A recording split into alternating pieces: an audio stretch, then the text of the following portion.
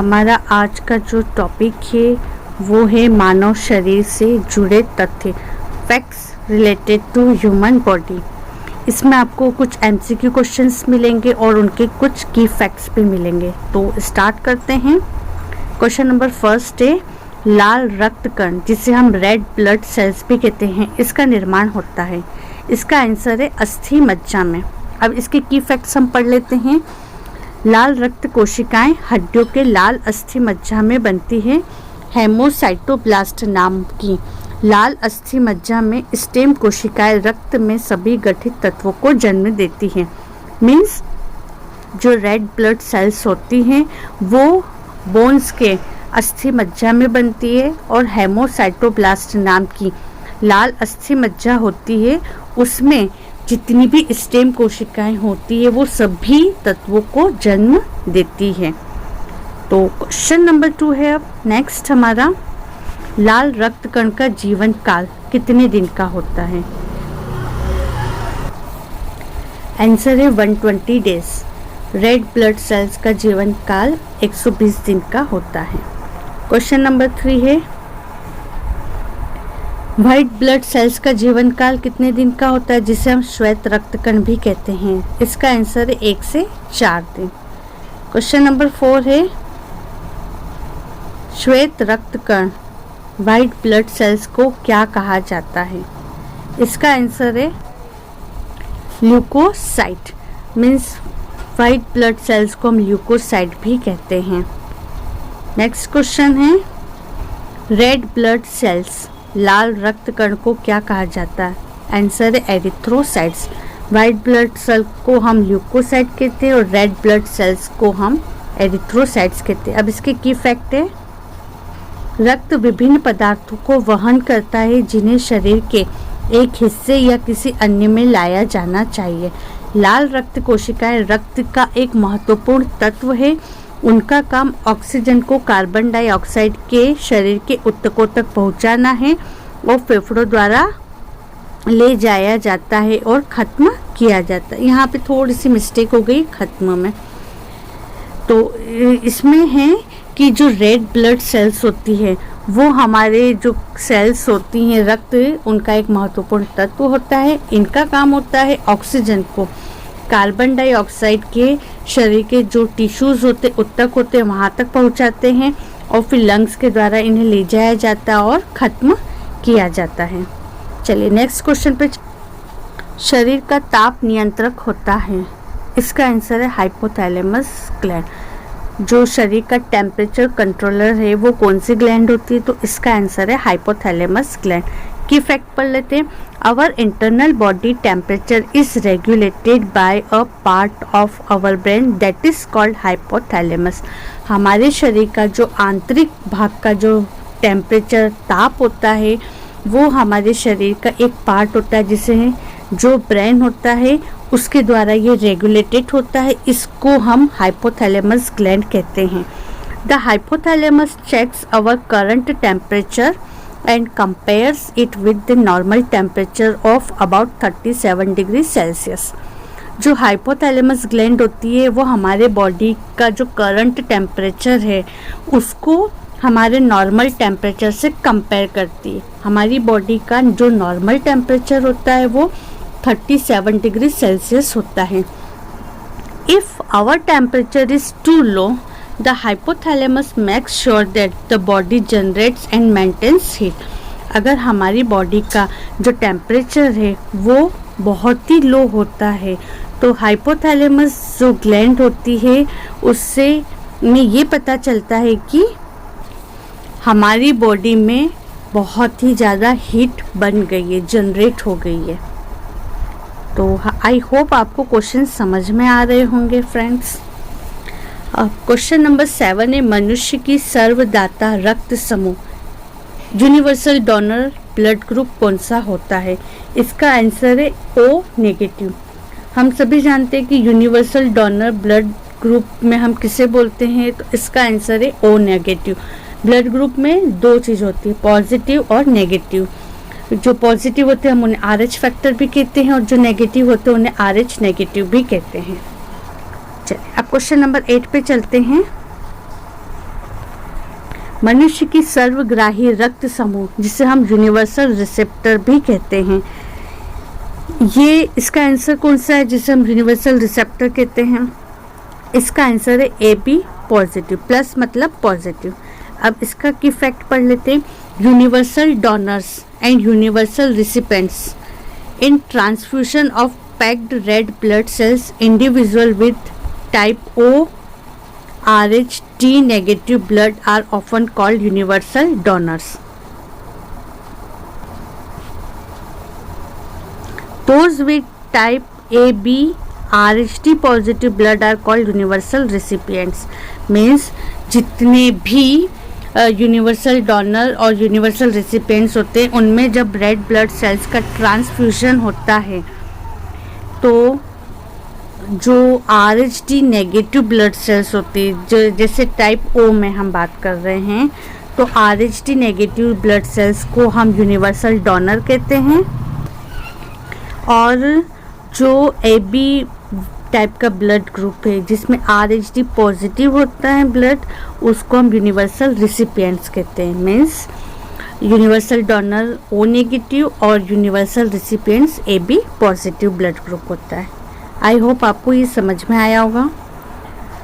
Question number 9 है, रक्तचाप blood pressure मापने के यंत्र को कहा जाता है? इसका आंसर है स्फिग्मोमेनोमीटर। जिससे हम ब्लड प्रेशर नापते हैं, उसका जो मशीन होती है उसको हम स्फिग्मोमेनोमीटर कहते हैं। इसका की फैक्ट है, our internal body temperature is regulated by a part of our brain that is called the hypothalamus. The hypothalamus checks our current temperature and compares it with the normal temperature of about 37 degrees Celsius. If our temperature is too low, the hypothalamus makes sure that the body generates and maintains it. यही same हमने अभी ऊपर भी लिखा था। इसमें वही बात कही है, जो बीपी नापने का मशीन होती है उसको हम स्फिग्मोमेनोमीटर कहते हैं, और ये की फैक्ट्स पुराने क्वेश्चंस में भी था। तो आई होप मैंने आपको वहाँ पहले एक्सप्लेन कर दिया था, तो अब मुझे यहाँ ज़रूरत नहीं है उससे एक्सप्लेन करने की। अब हम नेक्स्ट क्वेश्चन 10 पर चलते हैं। शरीर की सबसे बड़ी ग्रंथि, लार्जेस्ट ग्लैंड कौन सी होती है? इसका आंसर है यकृत, जिसको हम लीवर भी बोलते हैं। कई बार टर्म्स थोड़ी सी चेंज हो जाती, हिंदी में अगर हम टर्म्स पढ़ते हैं तो अलग लगती है और इंग्लिश में पढ़ते तो अलग लगती है, इसलिए यहाँ पर आपको मैंने इन दोनों का मीनिंग लिख कर दिया है, हिंदी में भी और इंग्लिश में भी। तो लार्जेस्ट ग्लैंड कौन सी होती है? आंसर है लीवर। इसका की फैक्ट है, liver is the largest gland in the human body. सबसे लंबी ग्लैंड या the largest gland human body की कौन सी? Liver. The weight of the liver is around 1.5 kg। Liver का जो वेट होता है वो 1.5 kg यानी 1.5 किलो के लगभग होता है। Liver almost handles every function of the body and the main role it plays is while digesting the food. In short, it controls the metabolism of a human body.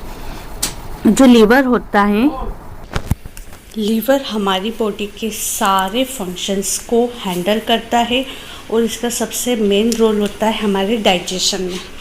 जी हाँ, liver में ही हम बोल सकते हैं कि हमारे फूड का जो डाइजेशन होता है वो इसमें होता है, और ये हमारी बॉडी की जितनी भी मेटाबॉलिज्म एक्टिविटी होती है उसको ये कंट्रोल करता है। क्वेश्चन नंबर 11 है, सबसे छोटी ग्रंथि, द स्मॉलेस्ट ग्लैंड, जिसको हम मास्टर ग्रंथि भी कहते हैं, वो कौन सी है? इसका आंसर है पिट्यूटरी। इसके पहले हमने लार्जेस्ट ग्लैंड पढ़ा था, अब ये क्वेश्चन है स्मॉलेस्ट ग्लैंड। इसका की फैक्ट है, pineal gland is the smallest gland in the human body. सबसे छोटी ग्रंथि होती है पिट्यूटरी या पाइनल ग्लैंड।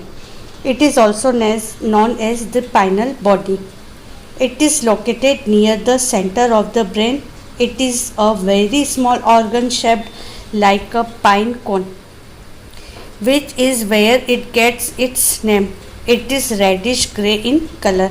जो ये पिट्यूटरी ग्लैंड होती है हमारी बॉडी में, जो कहाँ लोकेटेड होती है? सेंटर ऑफ द ब्रेन में, और ये सबसे स्मॉल ऑर्गन शेप्ड होती है लाइक पाइन कोन। जैसे कोन का शेप होता है ना, तीखा, इस तरीके से इसका शेप होता है। इसी वजह से इसका नाम पिट्यूटरी या पाइनल ग्लैंड है। और इसका जो कलर होता है वो रेडिश ग्रे कलर में होती है। अब नेक्स्ट क्वेश्चन नंबर 12 है। इसको स्टार्ट करने से पहले फ्रेंड्स मैं आपको ये बताना चाहती हूँ, अगर आपने मेरे पहले के वीडियोस नहीं देखे हैं, मैंने पुराने जो वीडियोस थे उसमें कैलीग्राफी के डाले थे। ये मेरा अभी फर्स्ट वीडियो है जिसमें मैंने कुछ जनरल फैक्ट्स जो हमारी ह्यूमन बॉडी से रिलेटेड हैं इसके बारे में मैं बता रही हूँ। अगर आपने अभी तक मेरे चैनल को सब्सक्राइब नहीं किया है तो प्लीज़ मेरे चैनल को सब्सक्राइब ज़रूर कीजिए, जिससे आपको मेरे नोटिफिकेशन मिलते रहेंगे। अब हम चल रहे हैं क्वेश्चन नंबर 12 पे। मनुष्य में पसलियाँ रिब्स, जिसे हम रिब्स भी कहते हैं, इसकी संख्या होती है। इसका आंसर है 12 जोड़ी। अगर हम पेयर्स में पूछ रहे हैं तो 12 जोड़ी, अगर हम टोटल नंबर्स में पूछ रहे हैं तो 24। रिब्स की संख्या कितनी होती है? इसका आंसर होगा 24 या 12 जोड़ी। इसका की फैक्ट है, the human rib cage is made up of 12 paired rib bones, each are symmetrically paired on the right and left side. जो ह्यूमन रिब केज होती है ये 12 जोड़ी रिब बोन्स अर्थात हड्डी से मिलकर बनी होती हैं, और ये सिमेट्रिकली मीन्स जैसे एक के ऊपर एक लगी पेयर्स फॉर्म में रहती हैं, और ये राइट साइड और लेफ्ट साइड दोनों में रहती है। Of all 24 ribs the first 7 pairs are often labelled as true. जो पहले 24 टोटल है उसमें से जो फर्स्ट 7 पेयर्स है, पेयर्स की बात कर रहे हैं यहाँ पर, वो जो लेबल्ड होती है उससे हम ट्रू कहते हैं। These bones are connected to the costal cartilage while the 5 other false sets are not। और ये जो ट्रू वाली हैं इसमें ये जो कनेक्टेड रहती कोस्टल कार्टिलेज उस बोन उससे ये कनेक्टेड रहती है, और जबकि जो 5 अदर्स पेयर हैं वो सेट्स आर नॉट, जिन्हें हम फॉल्स कहते हैं। यहाँ पर आपको मोस्टली हर क्वेश्चंस में मैं की फैक्ट देने की कोशिश कर रही हूँ, जिससे आपके हो सकता है उन की फैक्ट्स में से भी 1 या 2 क्वेश्चंस और प्रिपेयर हो जाएं। जब कोई कंपटीशन एग्ज़ाम की तैयारी कर रहे होते हैं तो मोस्टली इससे छोटे छोटे क्वेश्चंस एग्ज़ाम्स में आ जाते हैं, तो मैं अपनी तरफ से पूरी कोशिश कर रही हूँ कि इसको मैं अच्छे से तैयार करा दूँ, जिससे आपको ज़्यादा से ज़्यादा फ़ायदा मिल सके। तो क्वेश्चन नंबर 13 है, शरीर में हड्डियों बोन्स की कुल कितनी संख्या होती है? इसका आंसर है 206। क्वेश्चन नंबर 14 पे चलते हैं। शरीर में मांसपेशियों यानी मसल्स की कुल कितनी संख्या होती है? तो इसका आंसर है 639। मीन्स शरीर में जो मसल्स होती है वो टोटल 639 होती है। इसके की फैक्ट्स देख लेते हैं। मानव शरीर कुल मिलाकर लगभग 639 मांसपेशियों से युक्त होता है। मांसपेशियां पेशी प्रणाली के भीतर पाई जाती है, जो शरीर के ऊतकों और तंतुओं का शरीर का अपना नेटवर्क है, जो शरीर के बाहरी और आंतरिक दोनों के लिए जिम्मेदार होती है।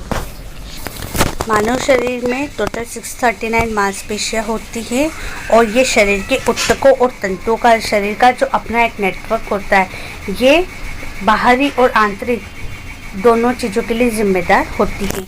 और हमारा लास्ट का 15 नंबर का क्वेश्चन है, शरीर का सबसे बड़ा अंग द लार्जेस्ट ऑर्गन कौन सा होता है? तो इसका आंसर है त्वचा।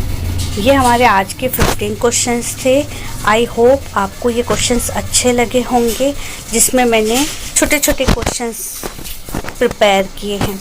आगे आपको इसके और भी पार्ट्स मिलेंगे, और अभी तक अगर आपने मेरे चैनल को सब्सक्राइब नहीं किया है तो प्लीज़ इसे सब्सक्राइब कीजिएगा, और साथ में बेल आइकन को प्रेस कर दीजिए, जिससे आपको मेरे नोटिफिकेशंस मिलते रहेंगे। और इससे पहले मैंने जो वीडियोस बनाए थे वो कैलीग्राफी के भी थे और कुछ एमपी टेट से रिलेटेड एग्ज़ाम्स के थे। अगर आपने मेरे वीडियोस नहीं देखे हैं तो आपको इसकी प्लेलिस्ट और वीडियोस में, मेरे जो चैनल है उसकी वीडियोस में आप जाएंगे तो आपको मेरे बहुत सारे पुराने वीडियोस मिल जाएंगे। और thank you for watching this